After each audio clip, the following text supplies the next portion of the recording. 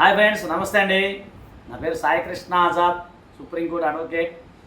So చాలామంది రకరకాల ప్రశ్నలు సంధిస్తూ ఉంటారు తమ్ముళ్ళు.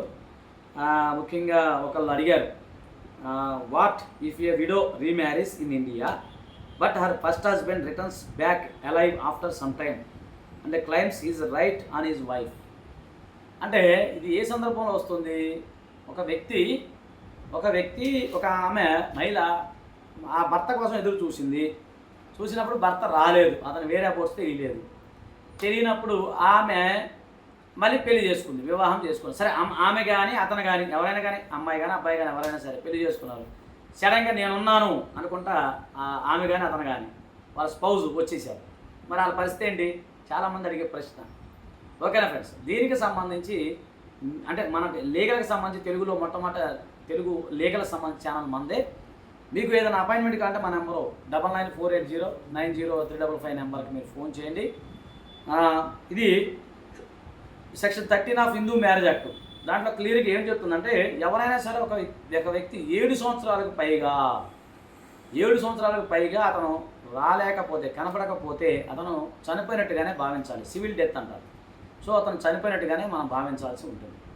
ఉదాహరణకి ఒక మహిళ ఉంది, మహిళకు సంబంధించిన భర్త, అంటే ఇప్పుడు ఇది 2024 అనుకోండి, ఒకవేళ ఉదాహరణకి 2017లో అతను తప్పిపోయటమో వెళ్ళిపోవటమో ఎక్కడికో వెళ్ళిపోయాడు, మనకు తెలియదు, విషయం తెలియదు. సో వాళ్ళు ఏం చేశారంటే ఒక పోలీస్ కంప్లైంట్ ఇచ్చారు. మిస్సింగ్ కేసు మనం ఇచ్చాం కంప్లైంట్. ఇచ్చినప్పుడు అతను తిరిగి మళ్ళీ రాలేదు, అతను ఎక్కడున్నాడో కూడా తెలియదు. సో అతను ఎక్కడున్నాడో కూడా తెలియదు, అంతా అయిపోయింది. అప్పుడు ఏం చేయాలంటే సదరు మహిళ 7 years దాటిన తర్వాత కోర్టులో ఒక డిక్లరేషన్ వేసుకోవాలి. అయ్యా, ఇట్లా నా భర్త లేడు, ఆయన ఇట్లా 7 years నుంచి కనిపించలేదు. ఇక్కడ భర్త భార్య రెండు మీరు అప్లై చేసుకోండి. సో కనిపించట్లేదు, మరి 7 years నుంచి మరి నేను ఎదురు చూశాను, అతను సివిల్ డెత్గా పరిగణించండి అని చెప్పి అప్పుడు కోర్టు వారు సివిల్ డెత్గా పరిగణిస్తూ ఆమెకు డిగ్రీ ఇస్తారు. ఆమెకు కానీ అతనికి కానీ గుర్తుపెట్టుకోండి. ఇచ్చిన తర్వాత శుభ్రంగా హ్యాపీగా మ్యారేజ్ చేసుకోవచ్చు. మ్యారేజ్ చేసుకున్న మళ్ళీ సదరు భర్త కానీ భార్య కానీ వచ్చారు, నేను ఉన్నాను అనుకుంటాను. అప్పుడు ఏమవుతుంది అంటే ఏమీ కాదు. ఎందుకు అంటే అతను చనిపోయినట్టుగానే భావించాలి. 7 years నుంచి అతను వేరే పోర్ట్స్ లేవు కాబట్టి. సో అతను బతుకున్న వ్యక్తి వచ్చి నా పెళ్ళాం అంటే కుదరదు. ఇక ఆయన పెళ్ళాం అనేది రైట్స్ అనేది ఆటోమేటిక్గా పోతాయి, ఆయన కానీ ఆమె కానీ గుర్తుపెట్టుకుంది. సో ఇద్దరు కూడా రైట్స్ అనేవి ఎగిరిపోతాయి. కాబట్టి అప్పుడు అతను ఏమి చేయడానికి లేదు. కాబట్టి 7 years తర్వాత ఎవరైనా సరే బతుకున్నాను, నా పెళ్ళాం నాకు కావాలంటే కుదరదు. ఇది గుర్తుపెట్టుకోండి, చట్టం చెప్తా ఉంది. నేను బతుకున్నా కదా, నా కాలు చేతులు అన్నీ బాగానే ఉన్నాయంటే కుదరదు. సివిల్ డెత్గానే పరిగణించాల్సి వస్తుంది.